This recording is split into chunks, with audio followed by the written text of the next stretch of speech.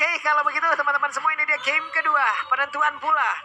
Apabila S11 bisa mendapatkan game kedua, berarti RSG adalah satu tim pertama yang harus pulang di M4 World Championship. Andai RSG bisa menyamakan kedudukan, berarti game ketiga akan kita laksanakan.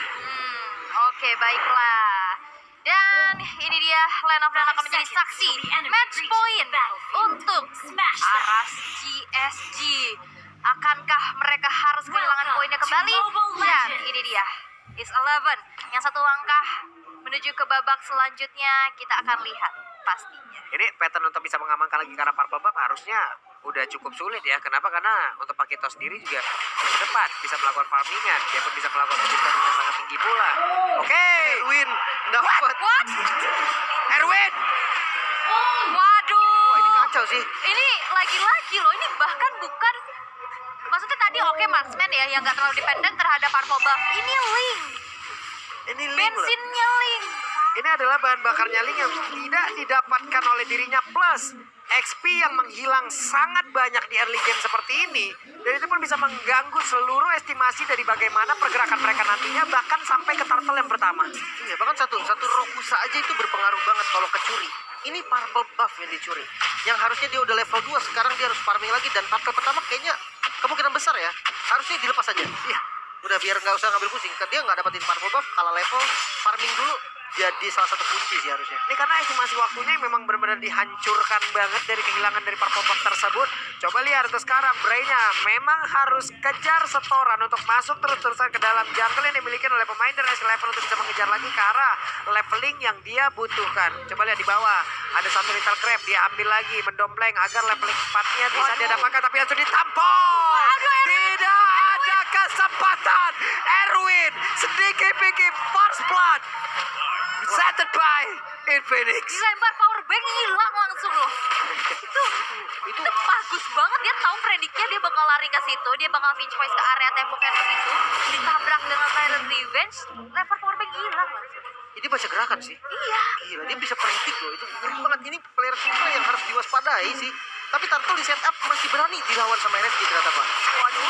Oke, satu retribution dan ini dia Turtle slain by UBS Gold berhasil untuk diamankan untuk Jotun.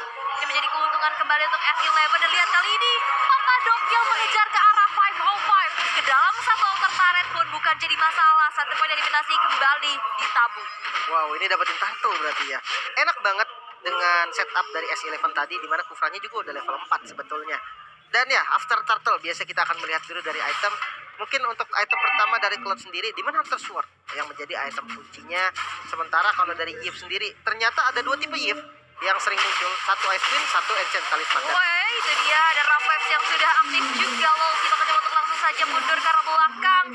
Tidak ada poin yang tercipta, tapi ini bakal jadi sebuah space juga di mana Wolsey harus recall terlebih dahulu dan Kai langsung coba nge-clear wave minion cepat-cepatnya dengan adanya satu blazing duet. Erwin menabrakkan dirinya kembali tapi masih belum kena terhadap satu objek yang dituju, yaitu Baby Cake.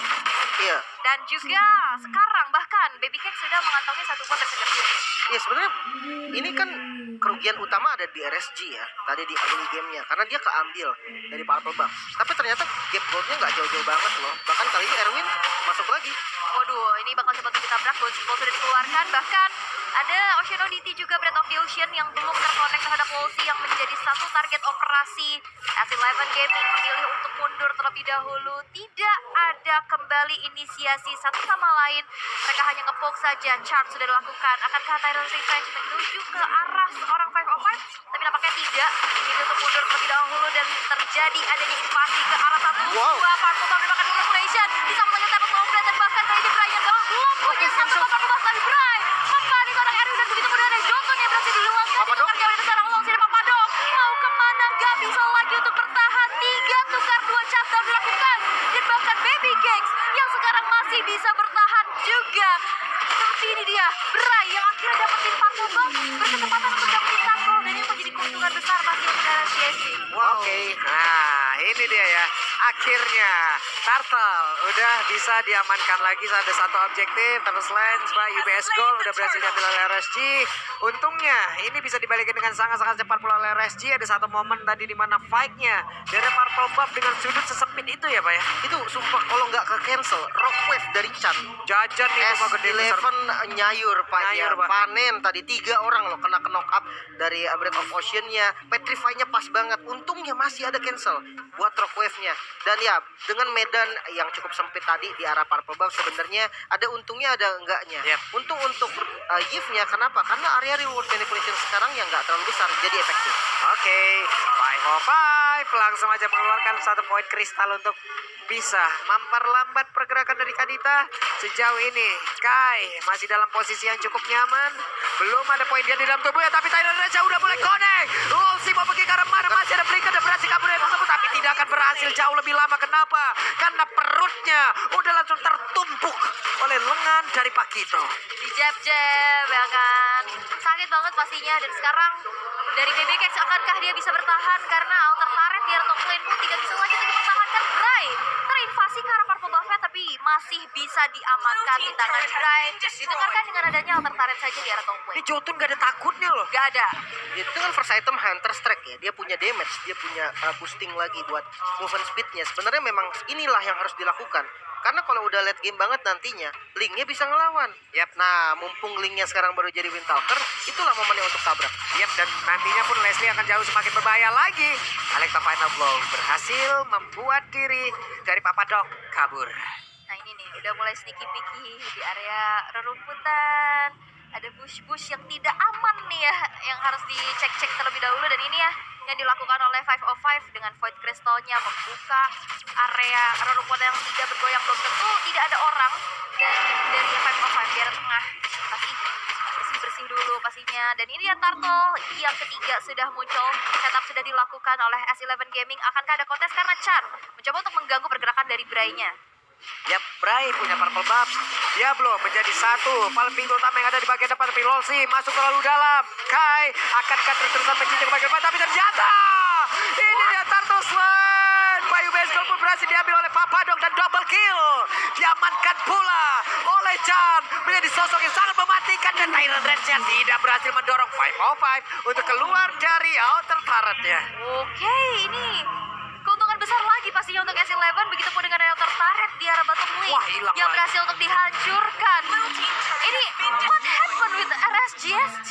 Wow, dengan setupnya salah banget sih tadi. Mereka ada di dalam turtle pit-nya dan Papadok masuk dengan sangat enaknya. Petrify, Alekto Final Blow. Ditambah dengan follow-up damage dari S11 ini pasti cukup. Kenapa? Karena dia bawa Kadita. Ditambah jungle-nya adalah Jotun yang punya damage dari awal. Bahaya banget. Oke, dan bahkan Diablo terkena dengan Rogue Waves tapi dia masih cukup tanky ya. Damage-nya Yep. masih belum terlalu terasa juga, masih bisa selamat. Walaupun tadi ada Bravest Fighter defensif yang harus dikeluarkan, seenggaknya tidak ada lagi yang ditumbangkan. Oke, 2 game dan 2 kali pula sejauh ini ya. Dari S11 memenangkan dari sisi objektifnya. Luar biasa permainan yang mereka tunjukkan. Mereka lakukan! Tyrant Revenge dan Tyrant Lens yang connect. Namun untuk kali ini Erwin harus mengorbankan nyawanya agar diganti dengan beberapa player penting. Dan benar saja Bray dan BBK bakat 505. 3 damage utama di dalam tim tersebut lenyap. 3 tukar 1 ini mahal banget. Dan lihat positioning dan juga follow up dari Kai luar biasa menumbangkan Bray-nya. Tyrant's Revenge plus Flicker on point. What? Gila sih. Gila. S11 benar-benar udah ke 11 apapun yang mereka milikin. Sebenarnya gila dari war tadi ya dengan modal itu Kufra dari Erwin yang bagus banget langsung dapetin 2000 gold lebih loh. Dan sekarang dari vision ya, dari mapnya diunggulin banget. Wah. Oke, tim lain pun harus segera melihat bagaimana permainan dari S11 yang memang meningkatkan seluruh kemampuan mereka. Bahkan RSG sendiri pun sejauh ini sampai dengan menit 9 masih kelimpungan loh ngadepinnya. Yes, dan Lord Lane by UBS Gold jatuh untuk S11. Ini akan menjadi yang lainnya pastinya ini akan menjadi tambahan lagi daya dobrak lagi, walaupun ini adalah Lord yang belum ter-in-hand. Sebenarnya Tapi seenggaknya ini pressure besar lagi yang harus dihadapi oleh RSG. Untuk high ground masih ada Yves sih. Yang penting jangan salah posisi. Oke, barusan udah ada satu rock wave yang memang langsung di-trigger untuk dikeluarkan. Hampir saja Diablo. Tapi- Terlalu besar damage yang dihasilkan oleh Kai. Ini dua reserve skill yang mahal keluar loh. Tadi ada Breakfast Fighter keluar, Yep. Remote Manipulation Yep. keluar juga, dan sekarang Lord sudah berjalan di arah top lane. Oke, satu informasi yang cukup penting. Ada konsel di area yang berbeda. Coba lihat Tyrant Revenge yang akan nyangkut ke arah mana. Lompat ke area tersebut. Ada Tyrant Rage tapi seperti ada miskalkulasi karena kayaknya agak sedikit bergerak mundur ke bagian belakang. Malah untuk kali ini Erwin yang terjebak, tapi masih ada flicker. Sayang sekali. Ada satu miskalkulasi tadi. Namun untuk kali ini Brave Fighter dikeluarkan kembali. Coba lihat Papado kembali keluar dengan satu Electropanapo. Untungnya mereka semua masih bisa bertahan karena sudah makan yang menggunakan diskon dari Grab. Iya, jadi kuat menghadapi kenyataan yang begitu menyakitkan pastinya, yang menghancurkan perasaan. Sangat mengsedih pastinya ya, tapi ini dia Lord yang berjalan di arah top lane. Akan langsung saja menuju ke arah base turret. Coba untuk dikawal Papadok, mengganggu lini depan dari arah CSG, tapi lihat Papadok menerima damage yang begitu menyakitkan dari Yep. Baby Cakes. Oke, masih cukup santai pemain-pemain dari S11. Mereka ngejagain rumah dari RSG. Baik banget loh mereka. Dijagain di depannya, tapi Tyrant Ninja again and again membuat Bright tidak akan bisa lagi bergerak kemanapun. Wow. Bahkan nggak di freeze loh sekarang sama S11. Dia masih mau gaspol. Dengan adanya 4 member doang yang nge-defense, harusnya didobrak lagi. Dan kalau memang dapetin satu base turret aja, mapnya itu akan diunggulin banget sama S11. Wow, S11 Conceal di arah bottom lane mencoba langsung saja memberikan ada sergapan dan blazing duet dari Kai. Belum cukup memberikan, tapi itu dia Oke. Chan dengan rock waves-nya. Baby Bahkan Cakes. melakukan double kill dengan adanya satu buah Ocean ODT. Tapi lihat, Baby Cakes dan 505, dua hero high ground defense Wait. dihilangkan. Jotun mau masih pergi ke arah mana? Karena masih berhasil. Coba lihat. Akaran Jotun dilompatin dan Tyrant Ninja. Kontak again and again. Membuat Braja pun tidak akan bisa bertahan lagi. Bahkan untuk kali ini S11 mulai aja memberikan sebuah damage balasan. Untungnya Diablo masih berhasil berada di area tersebut. Dilompatin lagi Tyrant Revenge, ada Poaching Ball. Tidak akan kuat dirinya bisa berlama-lama di area tersebut. Karena Kai terlalu mengerikan dari point damage yang dia punya. Bahkan dia tidak terbang sama sekali loh. Benar-benar hati-hati banget. Aduh. Ini bagus banget loh. Kita dikagetin mulu masalahnya. Iya. Paling memang yang masalahnya ini Erwin. Kalau untuk RSG ya, jangan sampai inisiasi dari Erwin bisa bebas kayak tadi. Dan sangat disayangkan tadi Bray dengan miskalkulasinya. Dia punya Tempest of Blade loh di momen tadi. Tapi sayangnya nggak sempat untuk dipakai. Dia tiba-tiba untuk ketabrak Tyrant Revenge duluan. Dan mungkin sekarang hanya bisa untuk bersabar dan menunggu teman-teman dari S11 yang terlalu over PD untuk melakukan blunder. Disitulah momen RSG bisa kembali. Yap, itu dia. Dan sekarang untuk Lords-nya presented Bayu Besko pun harusnya berhasil diamankan. Tapi Papado pun harus menghilang. Bahkan untuk kali ini satu damage utama yang diharapkan bisa mengantarkan damage cukup banyak. Langsung menghilang. Again and again and again and again. Berhasil dihancurkan seluruh apapun milik dari RSGSG.